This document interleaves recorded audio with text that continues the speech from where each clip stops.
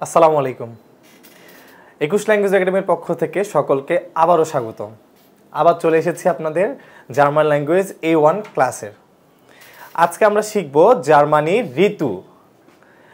আজকে আমাদের class number হচ্ছে 9। তো সকলকে আবারও স্বাগতম জানিয়ে শুরু করছি আমাদের আজকের ক্লাস টপিক।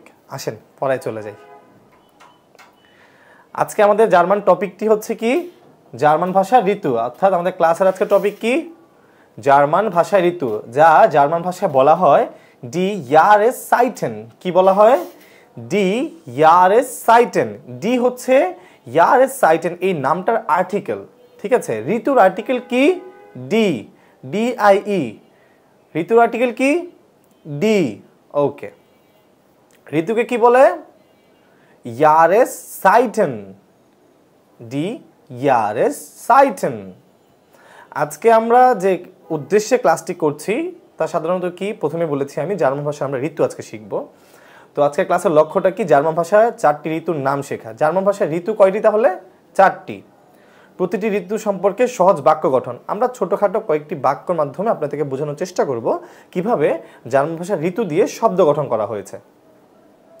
আবহাওয়া ও ঋতুর সাথে সম্পর্কিত সাধারণ বাক্য শেখা। তো আজকে আমাদের ক্লাসের কয়টা মূল উদ্দেশ্য রইল? তাহলে 3টি। জার্মান ভাষার 4টি ঋতুর সাথে আমাদের পরিচিতি, প্রতিটি ঋতু সম্পর্কে সহজ বাক্য গঠন, আবহাওয়া ও ঋতুর সাথে সম্পর্কিত সাধারণ শব্দ শেখা। আসেন মূল ক্লাসে চলে আসি। আজকে আমাদের যে মূল ক্লাস, অর্থাৎ ঋতুর নাম ও তার উচ্চারণ। জার্মান ভাষার ঋতু হচ্ছে কয়টা? 4টি। জার্মান ভাষার ঋতু হচ্ছে 4টি। কয়টি? 4টি। একটা আমি যদি প্রথমে আপনাদেরকে বাংলাটা আগে বাংলা সম্পর্কে আপনাদের বলে দিই। আমরা বসন্তকাল, আমরা গ্রীষ্মকাল, আমরা শরৎকাল, আমরা শীতকাল, এই 4টা কালের সাথে কিন্তু আমরা প্রত্যেকে অবগত আছি না? জি অবশ্যই। তো জার্মান ভাষায় এই 4টা কালই হচ্ছে ওদের সারা বছরের ঋতু।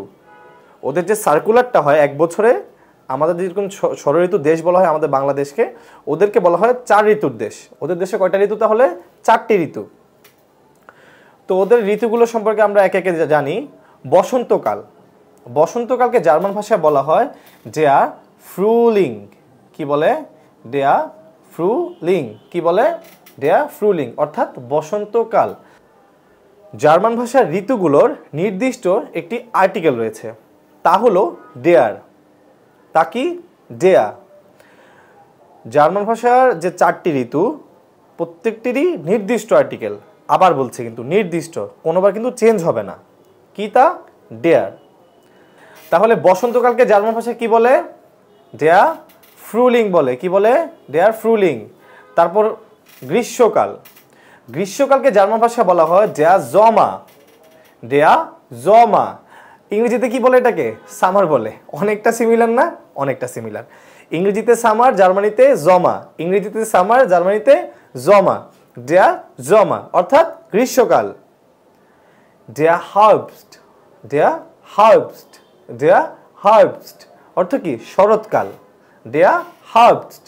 ঠিক আছে, একটু কঠিন উচ্চারণ করতে মনে হচ্ছে, তাই না? আমার সাথে আরেকবার করেন। ডেয়ার হার্বস্ট। হার্বস্ট এসটি আনবেন। ঠিক আছে, তাহলে কি হয়ে যাচ্ছে?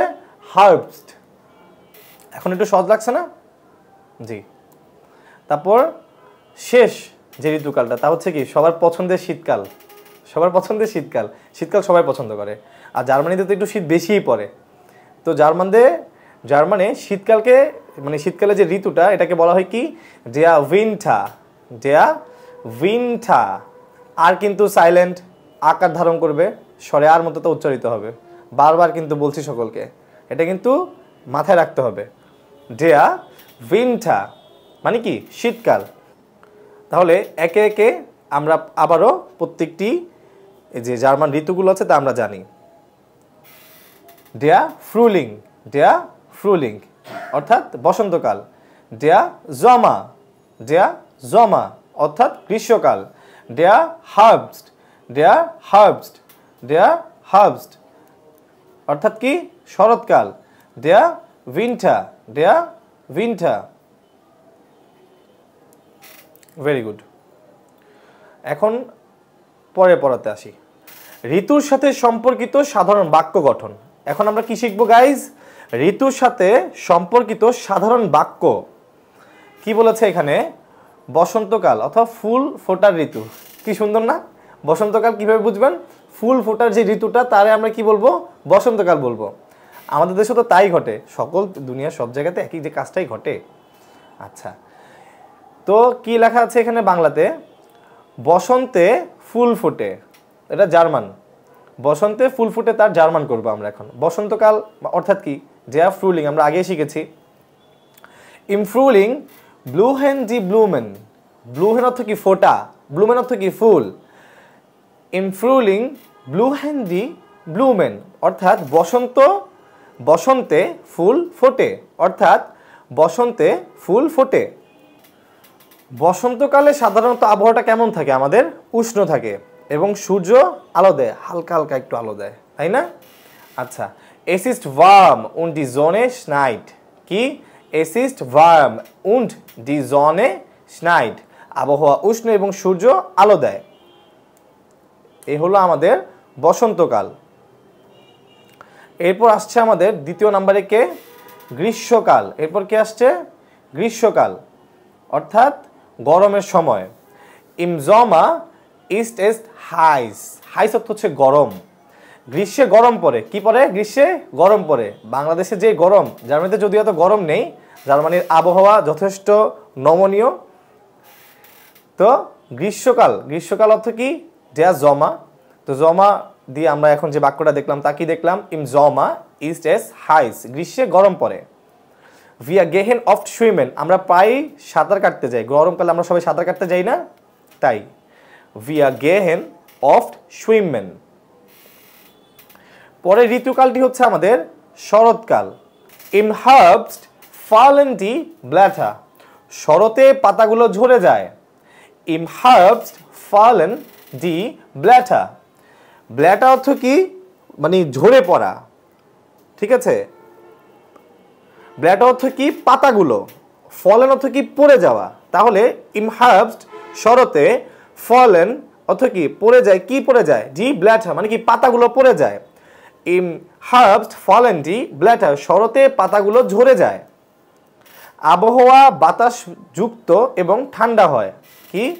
আবহাওয়া বাতাসযুক্ত ও ঠান্ডা হয়। Das Wetter ist windig und cool। Das Wetter ist windig und cool। কুল অর্থ কি? ঠান্ডা। উইন্ডিশ অর্থ কি? বাতাস। ওয়েটার অর্থ কি? আবহাওয়া।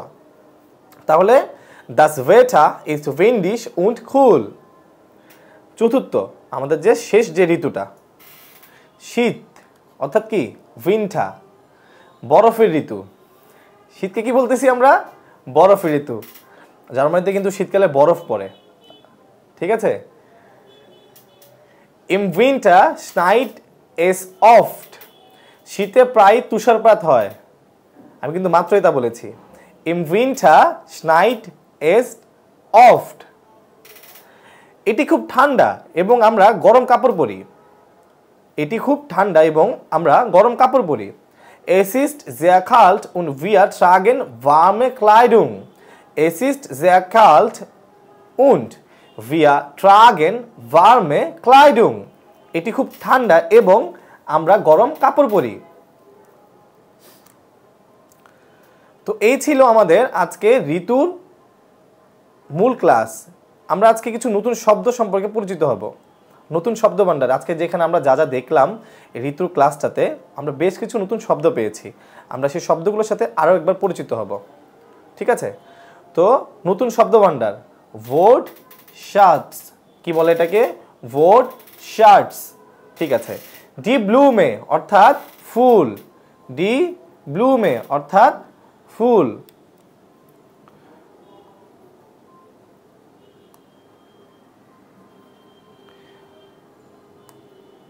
ডি ব্লুমে অর্থাৎ ফুল। ডি জনে অর্থাৎ সূর্য। ডেয়ার রেগেন অর্থাৎ কি? বৃষ্টি।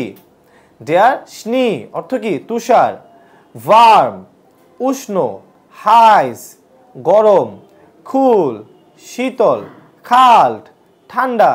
উইন্ডিশ বাতাসযুক্ত। উইন্ডিশ বাতাসযুক্ত।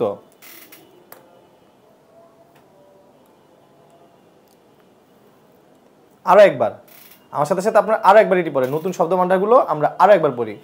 বলেন ডি ব্লুমে, ডি ব্লুমে ফুল, ডি জনে, ডি জনে অর্থাৎ সূর্য, দেয়ার রেগেন, দেয়ার রেগেন অর্থাৎ কি বৃষ্টি পড়ে, ঠিক আছে বৃষ্টি পড়ে। দেয়ার স্নি অর্থ কি তুষার, দেয়ার স্নি অর্থ তুষার। ভার্ম অর্থ কি উষ্ণ, ভাইস অর্থ কি গরম, কুল অর্থ কি শীতল, খাল্ট অর্থ কি ঠান্ডা, উইন্ডিশ অর্থ কি বাতাস যুক্ত। তো শিক্ষার্থীগণ আমরা যেতে যেতে জার্মান যে ঋতুগুলো আছে তা আরো একবার জেনে নিই। দেয়ার ফ্রুলিং বসন্তকাল, দেয়ার জমা গ্রীষ্মকাল, দেয়ার হার্বস্ট শরৎকাল, দেয়ার উইন্টার শীতকাল। এখন আমি প্রশ্ন করব, আপনারা উত্তর দিবেন। দেয়ার হার্বস্ট এটি কোন ঋতু? শরৎ, গুড। দেয়ার ফ্রুলিং এটি কোন ঋতু? বসন্ত। জমার আর উইন্টার এটা শুনতে অনেকটা একই দেখাইবে, কিন্তু আমি জিজ্ঞেস করিনি, আমি কিন্তু বাকি দুটো আপনাদেরকে জিজ্ঞেস করেছি, গুড। তো আশা করি প্রত্যেকের কাছে ক্লাসটি অনেক সহজ লেগেছে। আপনারা এই ক্লাসটি আরও 4-5 বার দেখলে জার্মানি যে ঋতু আছে তার সম্পর্কে আপনাদের পুরোপুরি ধারণা হয়ে যাবে এবং ক্লাসটি মনোযোগ সহকারে করলে অতি দ্রুত সময়ে আপনাদের পড়াটা মুখস্থ হয়ে যাবে। আশা করছি সবাই ভালো থাকবেন, সুস্থ থাকবেন, ইনশাল্লাহ দেখা হচ্ছে পরের ভিডিওতে।